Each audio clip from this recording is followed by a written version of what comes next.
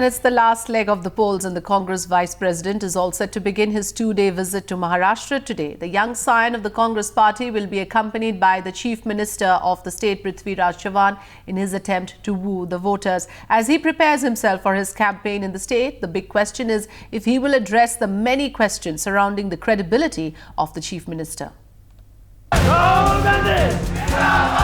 It's the last leg of poll pitching, and Rahul Gandhi is set to visit the state of Maharashtra.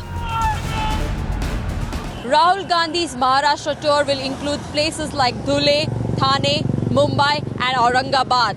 The focus of this visit is to interact with grassroots level workers like tribal youth, fishermen and representatives of various Gram Panchayats.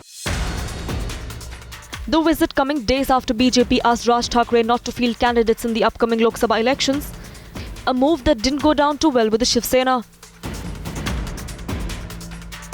देश के हित में मेरे आपसे एक प्रार्थना है कि अगर आप ऐसा सोच सके इस बार लोकसभा के चुनाव आप ना लड़े और संभव हुआ तो हमें मदद करें और इसलिए बीजेपी, शिवसेना और जो महायुति बनी है उनके उम्मीदवारों को आप सहयोग करें. Even as all eyes are now on Rahul Gandhi to see if he will address the series of scams that have tainted the Maharashtra government, the ruling coalition making their poll pitch clear, hitting out at the BJP.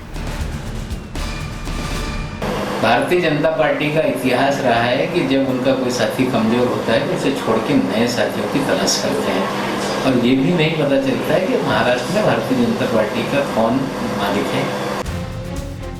It's the last leg of campaigning in Maharashtra, and Rahul Gandhi will be interacting at the grassroots level.